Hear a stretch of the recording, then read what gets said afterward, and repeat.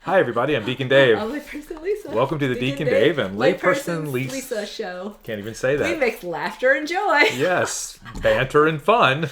And Whatever else we said. So we are continuing on in the Be Healed series on episode 9.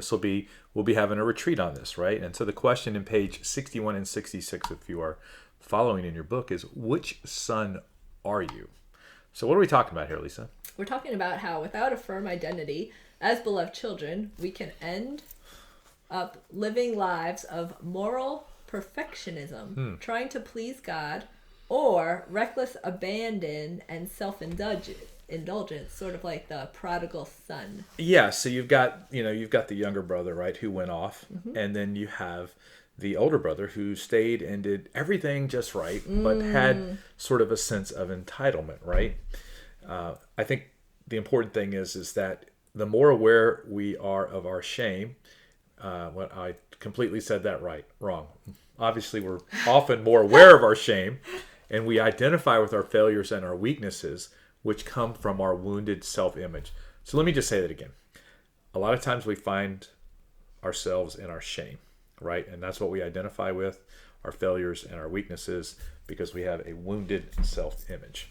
Yes. And then if we're like the older son, then we are very judgmental and resentful towards other people. Right. Do you ever find yourself, Lisa, with a litany of self-sabotaging accusations about yourself? More often than I'd like to admit, yes. Right. So, that doesn't make any sense. It says, wearing shame as a government, we cover up our deeper pride behind a mask of self-hatred. Wait, where? Right here. So clearly there's some changing of the text as it's... garment. Wearing the shame as a garment. We cover up our deeper pride behind a mask of self-hatred. So that's interesting, right? So we have shame, but it's covering up pride, right? That we might have, which is... I think, isn't that come from our desire to want to put on a false self to others to make us look like we're better than other people? Yeah, but in this case it's saying wearing shame as a garment. Well, and I thought maybe if we're covering up our deeper pride behind a mask of self-hatred, that we're putting on false airs to cover up that shame to others. And to me that would make more sense. We're putting on a mask or a front. That's not really who we are. Yeah. Right? And so we try to find our identity in our own self-righteousness and our own self-reliance. As we're talking about, we become posers while denying the glory of God who is within us. Yeah. We squash that. Yeah. So when telling the parable of the prodigal son to the Pharisees, they wanted to kill Jesus rather than their own brokenness and need for a savior. They chose control rather than vulnerability. I think a lot of people do that. Yeah, they didn't want to acknowledge their own brokenness. Yeah. I mean, now, here's the other thing. Some people acknowledge their brokenness and then... Live there? Live there. I had a different word, but I like... What was your word? Wallow.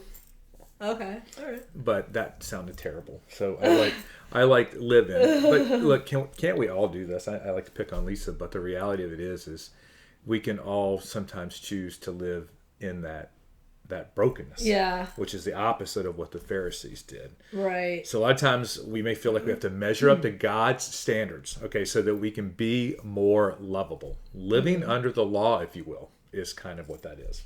Ah, that's interesting.